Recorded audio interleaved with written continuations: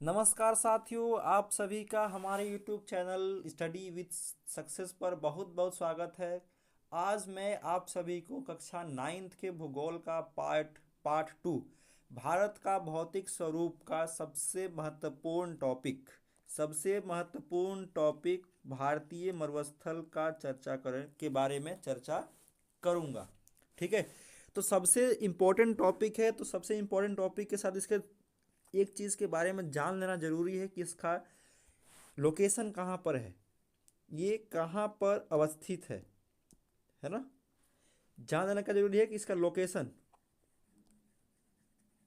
Location कहाँ पर है। तो अगर हम लोग देखें कि भारत के अंदर भारतीय मरुस्थल का लोकेशन क्या है, तो भारत का पश्चिमी जो किनारा है, भारत का जो पश्चिमी किनारा है उस पर भारत का जो मरुस्थल है वो स्थित है। ठीक है। तो यहाँ देखिए ध्यान से, तो ये अगर मैप हम लोग पढ़ते होंगे तो मैप में क्या होता है ये देखिए ध्यान से कि भारत का ये नीचे का पार्ट दक्षिणी भाग है। दक्षिणी भाग के ऊपर सबसे यहाँ देखेंगे तो यहाँ अरावली पर्वत है। ये क्या है? अरावली पर्वत। और अरावली पर्वत के पश्चिमी भाग यानी इधर की तरफ में जो बड़ा सा पार्ट दिखाई देगा वो हमारा मरुस्थल हो जाएगा, जिसको हम लोग बोलते हैं थार मरुस्थल। क्या बोलते हैं? थार मरुस्थल। ठीक है। अब देखते हैं थार मरुस्थल के अंदर जो पेपर में पूछे जाने वाला सबसे इम्पोर्टेंट चीज़ क्या हो सकता है। तो इसके अंदर जो बारिश की मात्रा हो सकती है वो पूछ सकता है कि भारतीय मरुस्थल में प्रति वर्ष कितना बारिश होता है। तो लगभग 15 सेंटीमीटर, यानी 150 बुक में दिया गया है। इसको सेंटीमीटर में कन्वर्ट करेंगे तो लगभग 15 सेंटीमीटर आएगा। ठीक है। और दूसरा जो सबसे इम्पोर्टेंट चीज़ है कि यहाँ पर जो सबसे बड़ी नदी है, बारिश यहाँ कम होता है तो यहाँ पर नदी का इतना ज़्यादा जाल नहीं बिछा हुआ है, लेकिन जो सबसे बड़ी नदी है उसका नाम है लूनी नदी। ठीक है। अब एक और जो सबसे इम्पोर्टेंट चीज़ है जो पेपर में आपसे हमेशा पूछ सकता है या फिर पूछता ही है कि बरकान्स क्या होते हैं। बरकान बरकान क्या होता है ना? क्या होता है? तो बरकान होता है कि जब अर्धचंद्राकार टीले, बालू के अर्धचंद्राकार जो टीले होते हैं उन्हीं को बरकान बोल देते हैं, है ना। तो बालू के जैसे मान लेते हैं कि ये अर्धचंद्राकार है, इसके ऊपर बालू का टीला भर पूरा जमा हो गया, है ना। इस शेप में बालू का जो टीला जमा हो जाता है इसी को हम लोग बरकान बोलते हैं। क्या बोलते हैं? इसी को बरकान बोला जाता है। ठीक है। अगर आप लोग जैसलमेर की तरफ जाएंगे, जो भारत का सबसे पश्चिमी जिला है, उसमें जाएंगे तो आपको बरकान्स ईजिली दिखाई दे देगा। चलिए आगे। अब अगला टॉपिक जो है ये मरुस्थल भाग में इतना ही है। अगले टॉपिक तटीय मैदान के बारे में आ जाते हैं। तो भारत का जो तटीय मैदान है, आपको जो हम पिछली वीडियो में आप जाकर देखेंगे तो तटीय मैदान के बारे में अच्छे से एक्सप्लेन किया है। ठीक है। तो तटीय मैदान क्या है? देखिए सबसे इंपॉर्टेंट चीज़ क्या है हमारे लिए? मैप। अब ये मैप हम लोगों का है। इस मैप के अंदर देखेंगे तो ये वाला पश्चिमी घाट है और यहाँ पर क्या है? पूर्वी घाट है। आपको पता है पूर्वी घाट सतत नहीं है, बीच बीच में कटा हुआ है ना। बीच बीच में क्या है? कटा हुआ है। यहाँ थोड़ा सा है, फिर यहाँ थोड़ा सा है, फिर यहाँ थोड़ा सा है। ये बीच में कटा हुआ है क्योंकि नदियों के द्वारा जो नदियाँ बहती हैं इसके तरफ, सबसे ऊपर आपकी महानदी है, उसके बाद गोदावरी, उसके बाद कृष्णा, उसके बाद कावेरी। ये चार नदियाँ जो हैं इसको काटती हैं और काट कर यहाँ पर डेल्टा का निर्माण करती है। ठीक है। यहाँ इस क्षेत्र के अंदर डेल्टा का निर्माण करती है। अब जो सबसे इंपॉर्टेंट टॉपिक है इसके अंदर देखते हैं क्या क्या इंपॉर्टेंट है। सबसे पहले समझिए कि जो भारत का तटीय मैदान है वो कितना विस्तृत है। देखिए अगर मैप देखिए फिर से, तो ये पश्चिमी घाट, ये पूरा सतत है। और इस पश्चिमी घाट से लेकर यहाँ समुद्र की सीमा तक का जो क्षेत्र है इसी को बोलते हैं पश्चिमी तटीय मैदान। क्या बोलते हैं? पश्चिमी तटीय मैदान। ठीक है। मैदान। और पूर्वी भाग में पूर्वी भाग में पूर्वी घाट से लेकर तट के मैदान तक, तट तक। और इस क्षेत्र को बोलते हैं पूर्वी तटीय मैदान। क्या बोलते हैं? पूर्वी तटीय मैदान। मेरी बात समझ में आ गया कि भारत का जो दो तटीय मैदान है उसके अंदर एक पश्चिमी तटीय मैदान है, एक पूर्वी तटीय मैदान है। पूर्वी तटीय मैदान का मतलब ये है कि पूर्वी घाट से लेकर समुद्र की जहाँ तक सीमा है वहाँ तक पूर्वी तटीय मैदान कहलाता है। और पश्चिमी तटीय मैदान का मतलब ये है कि पश्चिमी घाट से लेकर जो समुद्री सीमा है वहाँ तक जो तट है उसको बोलते हैं पश्चिमी तटीय मैदान। ठीक है। अब इसका जो अलग अलग भाग भी हैं, है ना, अलग अलग भाग क्या है देखिए ध्यान से, पहले समझ लेते हैं एक बार फिर से, और मैप बनाएंगे यहाँ पे क्योंकि मैप से समझाना आसान होता है। ठीक है। अब देखिए भारत का मैप फिर से बना देते हैं। ये मैप हम लोग का है। इस मैप के अंदर यह जो पश्चिमी तट है ये, और ये पूर्वी तट है। ठीक है। अब पूर्वी तट है तो कुछ भाग इसे, जो सबसे ऊपरी भाग है पश्चिमी तट का, तो इस पश्चिमी तट के सबसे ऊपरी भाग को बोलते हैं कोंकण तट। क्या बोलते हैं इसको? कोंकण तट बोलते हैं। क्या बोलते हैं इसको? कोंकण तट। ठीक है, कोंकण तट। और इसके मिडिल भाग को बोलते हैं कन्नड़ का मैदान। क्या बोलते हैं? कन्नड़ का तट। और सबसे नीचे वाला पार्ट क्या होता है आपका? मालाबार तट। क्या होता है? मालाबार तट। ये इंपॉर्टेंट है तीनों। ठीक है, कि पश्चिमी घाट के कितने भागों में डिवाइड किया गया? 3 भागों में डिवाइड किया गया है। और कौन कौन से हैं? तो ये कोंकण तट, कन्नड़ का मैदान और आपका मालाबार का तट आ जाता है। अब इसके बाद हम आते हैं पूर्वी घाट पर। किस पर आते हैं? पूर्वी घाट। ठीक है, पूर्वी घाट पर आते हैं। पूर्वी घाट पे ये फिर से हम लोग का मैप है। यहाँ से पूर्वी घाट शुरू होता है इस तरीके से, ये यहीं तक है क्योंकि यहाँ नीलगिरी की पहाड़ियाँ हैं और नीलगिरी पहाड़ियों पर इसके ब्लॉकेज है। अब देखिए जो सबसे पूर्वी तरफ सबसे उत्तरी भाग है उसको बोलते हैं उत्तरी सरकार। क्या बोलते हैं?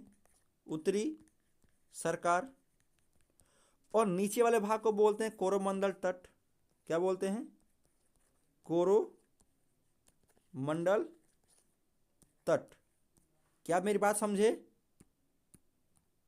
कोरोमंडल तट। इसके अंदर 2 ही चीज़ें हैं। तो आपके बुक में भी सेम चीज़ यही लिखा गया है। हम लोग के बुक में भी क्या है? यही चीज़ लिखा गया है कि जो पूर्वी विस्तृत मैदान है उसको 2 भागों में डिवाइड किया गया है। एक को बोलते हैं उत्तरी सरकार, दूसरे को बोलते हैं कोरोमंडल तट। और ये पूर्वी घाट है, इसको बार बार बताए हैं कि नदियों के द्वारा विभाजित किया गया है ना। पूर्वी घाट को नदियों के द्वारा बार बार काटा गया है। तो सबसे ऊपरी नदी जो आती है वो महानदी हो जाती है, और उसके महानदी नीचे गोदावरी नदी आ जाती है। कौन सी? गोदावरी। और गोदावरी के नीचे कृष्णा, और कृष्णा के नीचे आ जाती है आपकी कावेरी।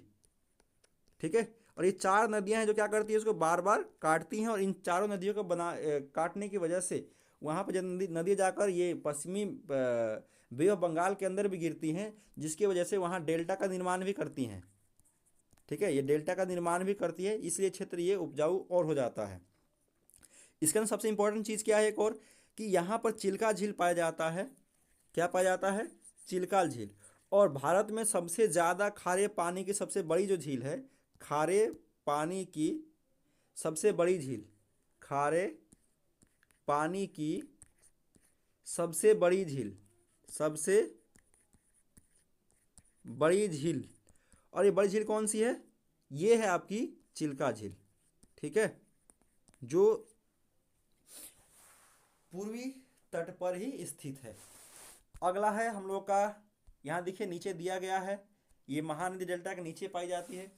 अब जो सबसे इंपॉर्टेंट जो लास्ट वाला टॉपिक था उसका नाम क्या था? द्वीप समूह। और आपको पता है कि भारत के जो मैप है उस भारतीय क्षेत्र के अंदर, भारतीय क्षेत्र के अंदर 2 द्वीप समूह हैं। जैसे अगर हम मैप को पढ़ें तो ये हम लोग का मैप अगर चलता है तो यहाँ पर हम लोग क्या है, छोटे छोटे आइलैंड्स हैं। और इस आइलैंड के अंदर जिसको बोलते हैं अंडमान निकोबार, जो ऊपर वाला पार्ट होता है उत्तरी भाग को अंडमान बोलते हैं, नीचे वाले को बोलते हैं निकोबार। ठीक है, निकोबार। और इधर देखिए, इधर छोटे छोटे द्वीप पाए जाते हैं, है ना। इन पूरे को मिलाकर बोल देते हैं लक्षद्वीप। क्या बोल देते हैं? लक्षद्वीप। क्या आप मेरी बात समझ पा रहे हैं? चलिए अब थोड़ा सा इनका विस्तृत रूप में जान लेते हैं कि दोनों में विस्तृत रूप क्या है भाई। थोड़ा सा इंपॉर्टेंट देखिए कि जो लक्षद्वीप है वो लक्षद्वीप को पहले 3 द्वीप इसके अंदर थे। लक्षद्वीप के अंदर पहले 3 द्वीप कौन कौन से थे? देखिए यहाँ पे एक था लकाद्वीप, एक लकाद्वीप, मिनिकॉय और एमिन द्वीप। ठीक है, लकाद्वीप, मिनिकॉय और एमिन द्वीप। और इन तीनों को मिलाकर 1973 में हमारी गवर्नमेंट ने लक्षद्वीप नाम रख दिया। ठीक है, और इनकी जो प्रशासनिक राजधानी है उस राजधानी को भी कवारती कर दिया। ठीक है, कवारती। और इसका कुल क्षेत्रफल जो है 32 वर्ग किलोमीटर है, 32 वर्ग किलोमीटर है। और इसके पास एक ऐसा द्वीप है जहां पर कोई भी इंसान नहीं रहता है, जिसको बोलते हैं पिटली द्वीप। पिटली द्वीप पर कोई भी इंसान नहीं पाया जाता है, कोई भी इंसान नहीं पाया जाता है। इसके ऊपर केवल एक पक्षी अभयारण्य है। क्या है? पक्षी अभयारण्य है। ठीक है। तो आपसे सवाल भी बन सकता है कि लक्षद्वीप का ऐसा कौन सा द्वीप है जिस पर मानव नहीं निवास करता है। एक सवाल, लक्षद्वीप के ऐसा कौन सा द्वीप है जिस पर मानव निवास नहीं करता है। और 3 नाम ये दे दिए गए हैं और एक लास्ट में पिटली द्वीप का भी नाम दे दिया जाएगा। तो क्या करेंगे कि पिटली द्वीप ही ऐसा द्वीप है जहां पर मनुष्य का निवास नहीं है, वहां केवल एक पक्षी अभयारण्य पाया जाता है। अब थोड़ी देर पहले बताया कि भारत के ये जो था ये पश्चिमी की तरफ था। अब पूर्वी तरफ जाते हैं बे ऑफ बंगाल के अंदर, तो वहाँ भी एक द्वीप पाया जाता है ना, छोटे छोटे पार्ट में पाया जाता है द्वीप। और इसके उत्तरी भाग को बताया थोड़ी देर पहले कि इसको बोलते हैं अंडमान, अंडमान। और नीचे क्या बोलते हैं? निकोबार। क्या बोलते हैं? निकोबार। और दोनों को प्लस कर दे तो अंडमान निकोबार हो गया। अब इसकी राजधानी जो है आपको, प्रशासनिक राजधानी आप देखेंगे तो वो पोर्ट ब्लेयर है। क्या है ये? Port Blair. ठीक है। और इसी द्वीप पर सबसे इंपॉर्टेंट चीज़ क्या है कि भारत में जो सक्रिय ज्वालामुखी है वो इसी द्वीप पर पाई जाती है, जिसका नाम है बैरन द्वीप। तो आपसे सवाल पूछता है कि भारत में सक्रिय ज्वालामुखी किस द्वीप पर पाई जाती है। भारत में सक्रिय ज्वालामुखी ज्वालामुखी किस द्वीप पर पाई जाती है? किस द्वीप पर पाई जाती है? तो क्या लिखेंगे? बैरन द्वीप। क्या लिखेंगे? बैरन द्वीप। ठीक है। तो यहाँ हम लोग खत्म होता है। और ये जो अंडमान निकोबार है वो हमारे सुरक्षा के लिए बहुत इंपॉर्टेंट है ना। यहाँ से हम लोग जो अपना नीचे का हिंद महासागर है उसको बड़े अच्छे से निरीक्षण कर सकते हैं, देख सकते हैं। इसीलिए इसको स्ट्रेटेजिक रूप से बहुत इंपॉर्टेंट माना जाता है। तो अंडमान निकोबार क्या है हमारे लिए? स्ट्रेटेजिक रूप से, स्ट्रेटेजिक मतलब सुरक्षा के दृष्टि से, सुरक्षा के